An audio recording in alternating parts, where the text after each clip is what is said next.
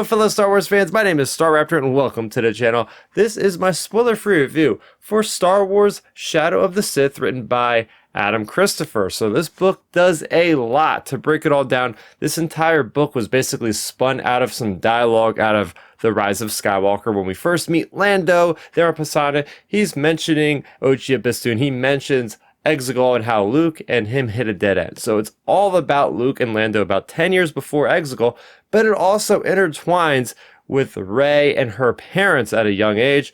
Mira is her mother, as well as Dathan is the son of Palpatine and her father. So it's all about them on the run from the hunters of the Emperor back then. So there's so much to dig in here, and getting into it, there's so many awesome revelations. So of course, I'm not going to spoil any of that, but I'm going to go over the positives and the negatives and just my overall thoughts on this book without giving anything away. First off is the exploration of Rey's beginnings. I love how this book really just goes so deep into her backstory. Basically, we know everything from where she is born to everything on Jakku, and to basically where she'll eventually end up as we see her in The Force Awakens. Getting the Lucasfilm to unlock the secrets of everything in this book when it relates to her parents. Getting to see where the father grew up on Exegol, how he's this strand cast of the Emperor, how he was cast aside because he didn't have any of these Force abilities that Palpatine wanted him to, and how he escaped, and everything up to how he met Rey's mother. There's really no stone is left unturned here. And the way Adam Christopher writes Dathan and Mira, he does this in a way where you're going to understand that these are very important characters in the Star Wars universe, because these are the people that impart all the qualities and the personality to Rey. So to see how he is able to create these brand new characters, give them names, and just really flesh them out in this entire book is something I did not expect to the way it was done here.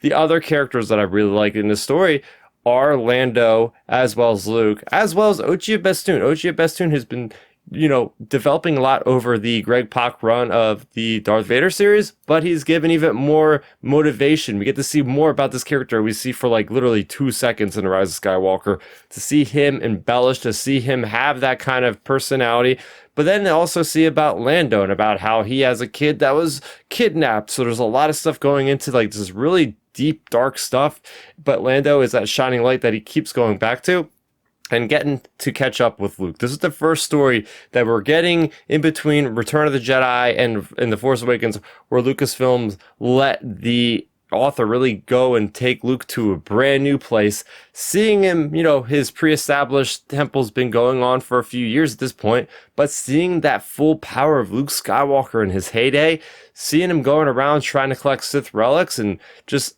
everything that has to do with the Sith and the dark side, and seeing how powerful he is. Again, it's just such a joy to see that. And just the writing, everything, just very much emotional impacts here. Many times where I was like, whoa, I did not expect to get the feels that much, but seeing our legacy characters interact with some new characters and some characters that you might find familiar, because if you are currently up to speed on all of your canon, you're going to see a lot of really neat stuff that kind of harkens back to how I felt when I read Resistance Reborn, which was going to kind of set up the events of Rise of Skywalker. There was a lot of cool Easter eggs and cameos to current canon characters. We get pretty much a lot of that here. A lot of stuff pertaining to the sequel trilogy, and some other things that kind of relate from the original trilogy, and some other books and novels and things of that nature happen a lot in this.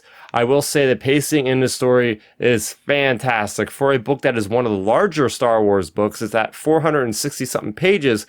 This book, I had to keep reading. I couldn't put it down.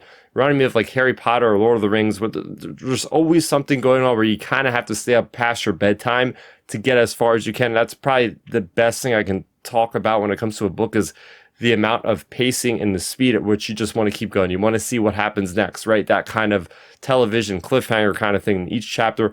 Fantastic. And the best part of it all is the journey of it all. Seeing all the locations. This felt like a Star Wars movie reading this book. Very unique location, something that I wanted to see more out of the movies. But in this book, they're able to really Adam Christopher is able to come up with these really awesome locations, such as asteroid bases, mining facilities that are basically on the rings of the planets, and irradiated planets that have been destroyed by war, and just the way that people have to live there. awesome stuff there. And I mean, the best thing I could say about this book is that for me, it strengthens the sequel trilogy. Simply put, like, this enhances the next viewing I have of The Force Awakens, of The Last Jedi, of The Rise of Skywalker. I cannot wait to watch those movies again because all the subtext, the context from Rey, Lando, Luke, all these things, and how Adam Christopher is able to tie this all together to really, like, for me to help make it more sense, because a lot of these questions I had, it really hurt my viewing experience for The Rise of Skywalker. Now, being able to understand what's happening behind the scenes with all this stuff and how it interconnects is just so nice here.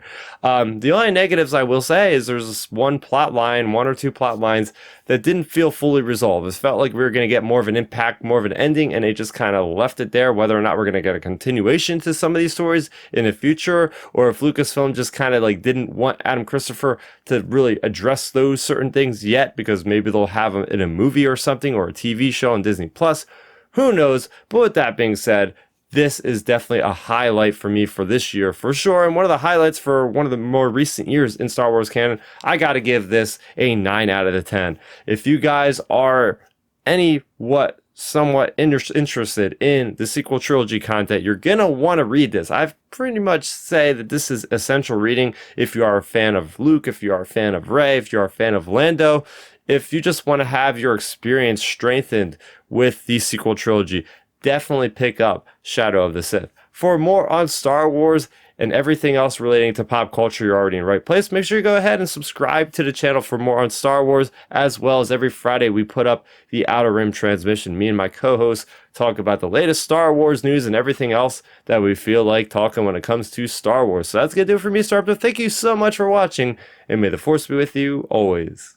Thanks for checking out the video. Please hit that thumbs up symbol. It helps me know that I'm making content that you guys enjoy. And if you enjoyed this video, I also include 2 videos down below you guys should check out. And please consider subscribing to this channel. It helps support me and it notifies you guys of when I get new videos up on the channel. You can also contact me on Twitter, Facebook, and Instagram @StarRaptor.